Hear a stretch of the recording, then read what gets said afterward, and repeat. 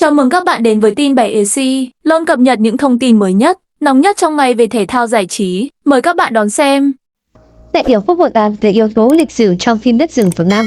Phó giáo sư tiến sĩ Bùi Hoài Sơn, Ủy viên Thường trực Ủy ban Văn hóa, Giáo dục của Quốc hội chia sẻ quan điểm với Vietnamnet liên quan đến hồn ảo của phim Đất rừng phương Nam cũng như vai trò của cung điện ảnh.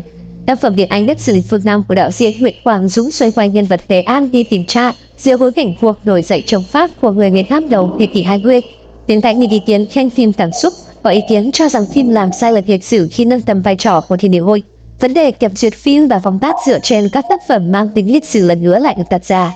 Phó giáo sư tiến sĩ Bùi Hoài Sơn, Ủy viên Thường trực Ủy ban Văn hóa, Giáo dục của Quốc hội chia sẻ với Vietnamnet xung quanh câu chuyện này.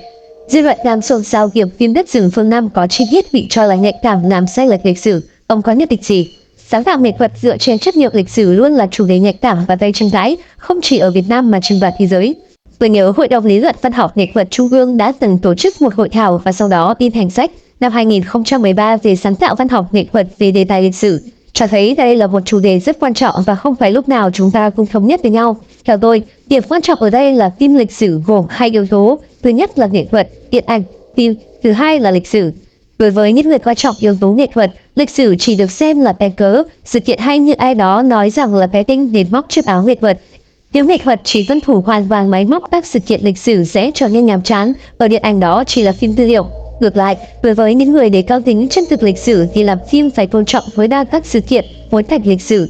Nếu bóp méo nhưng sự thật lịch sử này sẽ khiến công chúng hiểu sai về lịch sử, giá trị mà lịch sử đem lại cho đất nước, từ đó tạo ra những hệ lụy không có hồn khác. Với tôi, cả hai quan điểm này đều có những tỷ lệ riêng. Tốt nhất là kết hợp được cả hai lợi thế của nghệ thuật và lịch sử để tác phẩm nghệ thuật vừa chân thực, vừa hấp dẫn. Dù vậy, việc đi giữa hai làn ranh, hài hòa cả hai quan điểm luôn rất khó khăn. Trở lại với bộ phim Đất rừng phương Nam, nhiều tôi thấy tích cực là xu hướng khai thác chất liệu lịch sử cho nghệ thuật những năm vừa qua. Ngay trong năm 2023, chúng ta thấy có phim Đào, Phở và Piano, Ngọc Hà Nữ Sĩ là những phim do nhà nước đặt hàng và đặc biệt là Đất rừng phương Nam trong âm nhạc, mỹ thuật thì có khá nhiều. Điều này cho thấy các nghệ sĩ đã thực sự quan tâm đến việc khai thác những giá trị lịch sử văn hóa dân tộc để tạo ra những sản phẩm nghệ thuật của người Việt Nam, vì người Việt Nam và cho người Việt Nam. Như vậy, từ những quan điểm, chủ trương của Đảng và Nhà nước về xây dựng nền văn hóa Việt Nam tiên tiến, tập đa bản sắc dân tộc đã chuyển biến thành những hành động cụ thể trong cuộc sống. Vì thế, chúng ta cần chung tay cổ vũ cho xu hướng tích cực này. Tuy nhiên, chúng ta cũng không nên dễ dãi trong việc diễn giải lịch sử thông qua các tác phẩm nghệ thuật. Tôi thấy hầu như không có sản phẩm nghệ thuật nào không tìm thấy hạt sạn về lịch sử. Điều quan trọng là thái độ cầu thị của chúng ta đối với những sai sót đó. Tôi thấy đơn vị sản xuất phim Đất rừng phương Nam thực sự đã có thái độ cầu thị đó khi cùng cục điện ảnh thẩm định lại, có ý kiến về những chi tiết lịch sử gây tranh cãi, từ đó qua những chỉnh sửa phù hợp hơn.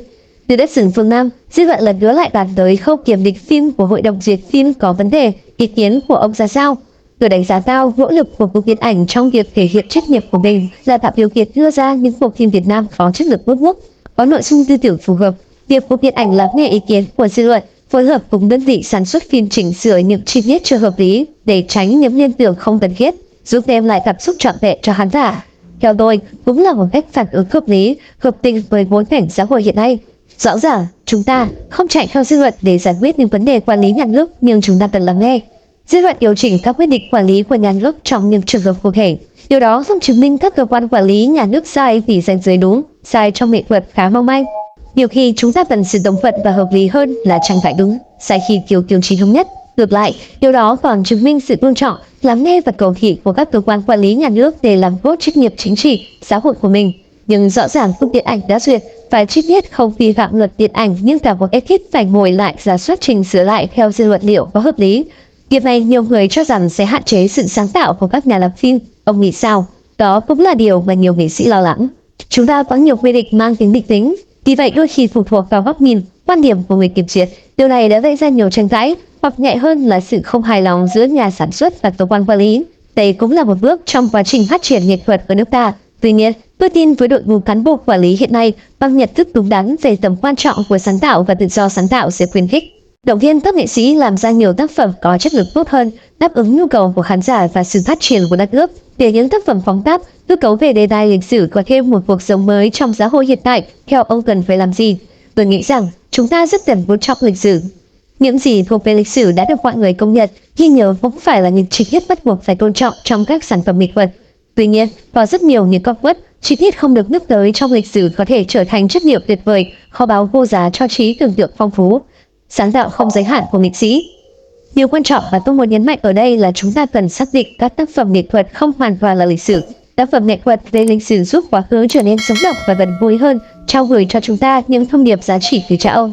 Chúng ta ủng hộ, khuyến khích những nghệ sĩ khai thác chất liệu lịch sử để sáng tạo ra các sản phẩm nghệ thuật để lịch sử có thêm một cuộc sống mới trong xã hội hiện tại, viết tiếp giấc mơ quá khứ để lan tỏa thông điệp mạnh mẽ sang các lĩnh vực kinh tế, chính trị, xã hội của đất nước. Cảm ơn các bạn đã xem hết tin. Chúc các bạn một ngày vui vẻ hạnh phúc. Đừng quên đăng ký kênh để cập nhật những thông tin mới nhất. Xin chào và hẹn gặp lại.